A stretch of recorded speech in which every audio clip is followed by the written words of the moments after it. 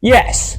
The answer is yes, we are heavily addicted to coffee. The question is that a bad thing? The recommended daily coffee intake is 3 8-ounce cups. I drink 11, a little bit over. Theodore Roosevelt drank 16, so a gallon every single day. Voltaire, philosopher, head of the Enlightenment movement, he drank 74 cups a day. How is that possible? How do you drink that much? But it gets weirder. There is a couple that is addicted to putting coffee in the back door, if you can understand what that means. It gets pretty crazy. The question becomes, is that bad? Is coffee addiction bad? If you're addicted to alcohol, that's bad. There's lots of addictions that are bad. But is coffee addiction actually bad? Well, coffee.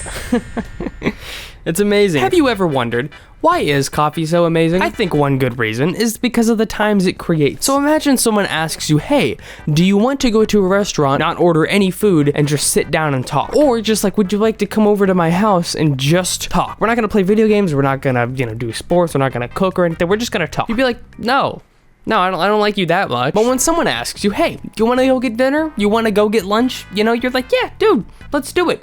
All you're gonna do is just talk the entire time. It's fundamentally the same thing, but you have a lunch. You have another reason to be there. Lunch, food makes any occasion better. Now, in my opinion, coffee works in the same way. It works in the same way as lunch, where someone asks you, hey, you wanna go get a glass of water and hang out? You're like, no.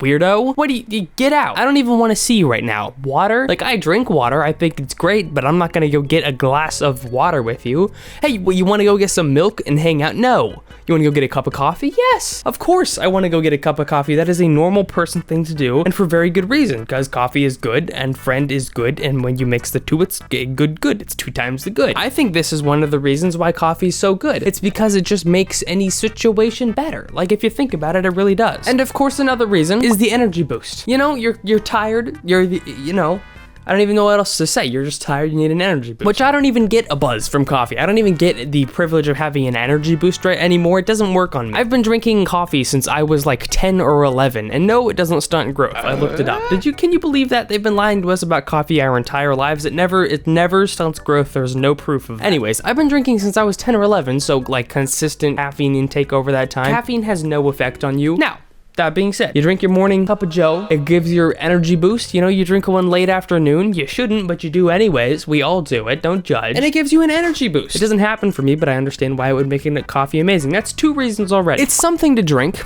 that isn't water. That was cool, actually. I like pulled myself forward with that. That was cool. Some people, like myself, just want to drink things all day long. I don't know why. It's probably stimulation. We just want our brain stimulated all the time. Whether it's water, coffee, orange juice, milk, if you're a psychopath, alcohol, you could be a booze hound. I don't know. I'm not gonna judge. So I think that's one of the reasons why people like coffee is, you like to drink things. You don't want to drink water all day because water's, it's a little boring. It's a little bland. It has its own taste, but after a while, you're like, all right, kind of feeling like I got too much water in here, Like I'm 75% water. I don't need to be 76.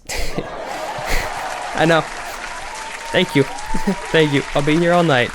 I won't. I'm actually going to a friend's house after this, but I'll catch you later. That was another joke, by the way. I know.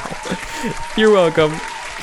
Yeah. Lastly, it's simply an enjoyable drink. It's simply an enjoyable drink. I mean, what else are you gonna say? This is the biggest reason for me, right? So if you think about it, we got a lot of options for drinks, right? You can go onto YouTube, search up drink tier list. They've got hundreds of drinks that you can pick from, probably 50 normal drinks that you can keep in your fridge at all times. There are 5 things, in my opinion, to consider about a drink. Drinking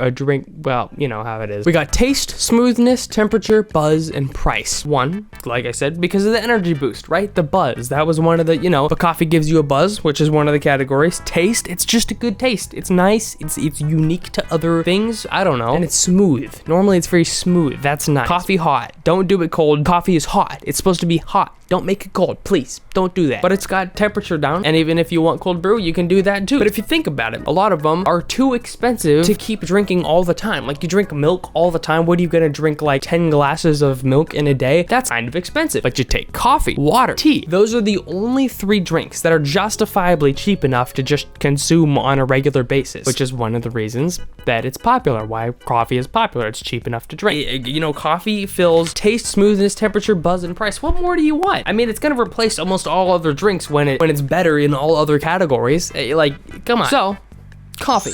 That's covered. That's why it's amazing. Coffee is amazing, and those are the reasons. So, how do we get addicted? Are we addicted? What is addiction? What is addiction? Let's go on that. I just realized I'm doing a video about coffee, but I'm not drinking coffee right now. What the heck? Okay, I'm back, and this time with coffee. As you can see, I am very smart, because I can hold paper. The numbers show that 80+% of adults consume caffeine on a daily basis. 40% have an addiction. 20% have a major addiction. Now, the validity of these numbers is somewhat subjective because addiction isn't really defined by medical terms, but we all pretty much get the idea. When people say you're a coffee addict, they're probably right. The people are pretty perceptive. It's not that hard to define the criteria for being addicted. It's just behavior. Or is it?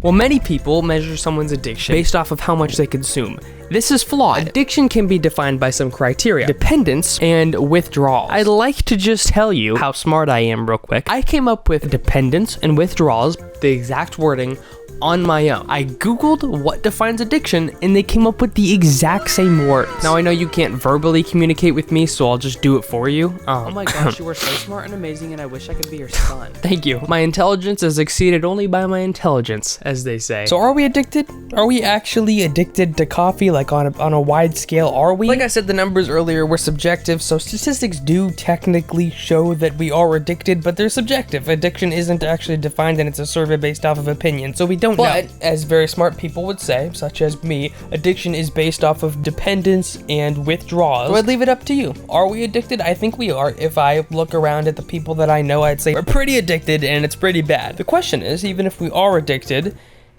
is that a bad thing? Because, like, I know normally addiction is seen as a bad thing, and I know it is. But, like, is it when it comes to coffee? I don't know. So let's discuss that next. Please. I don't know how to transition. Can we...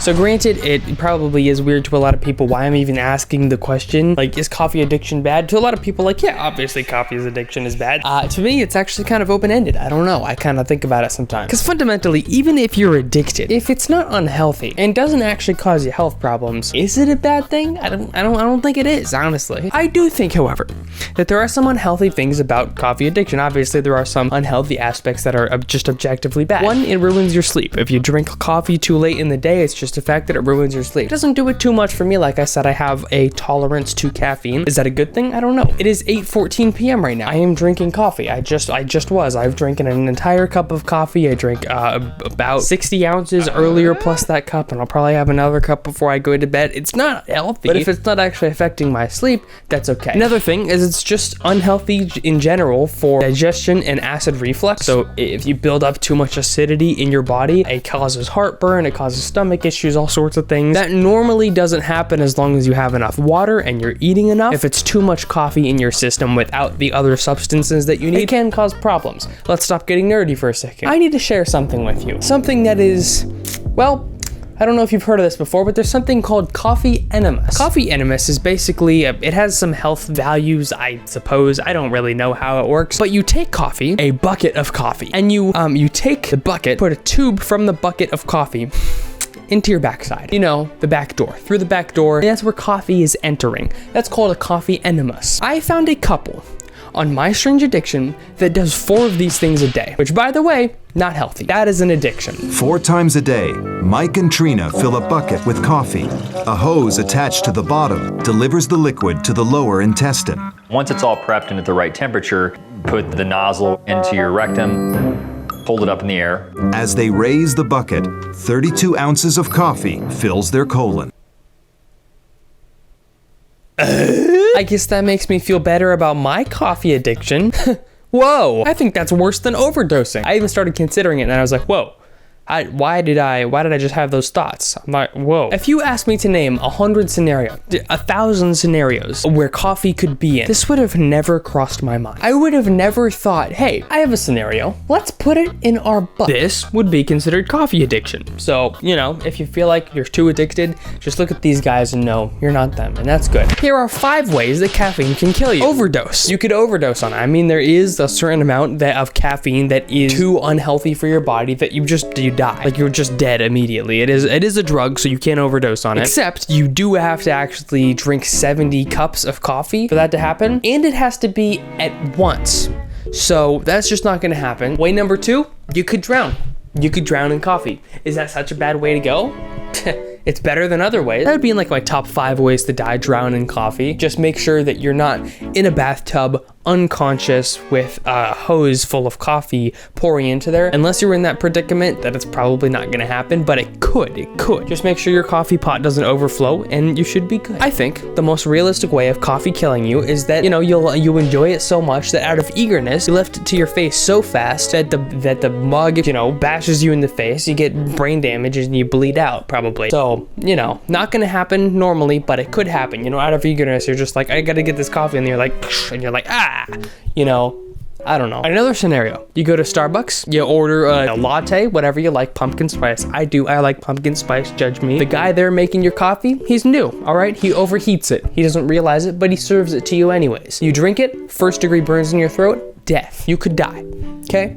Coffee can be dangerous. You could choke on it. Now you may be thinking, if you choke on it, you're probably not gonna die. That's true. That's really only gonna happen to old people, and I doubt old people watch my videos. So here's a more realistic example. You know, when you go over to a friend's house or someone that you don't know, someone from church, some people just don't know how to make coffee properly, right? You get your bad coffee, it's terrible. You know, they make light roast, they put too much creamer in it, they insist on making it for you. You know, they make cold brew, something like that. And you gotta drink it anyways, because you can't just be like, no, I know you went to the trouble of making that coffee, but I changed my mind, you know? It's like saying, oh, can you get, like, in a taxi, hey, can you stop here before our destination so I can run inside and go to the bathroom? And then the taxi. So, ladies and gentlemen, stops, and you're like, what did we learn from here? What should we do about our coffee addiction?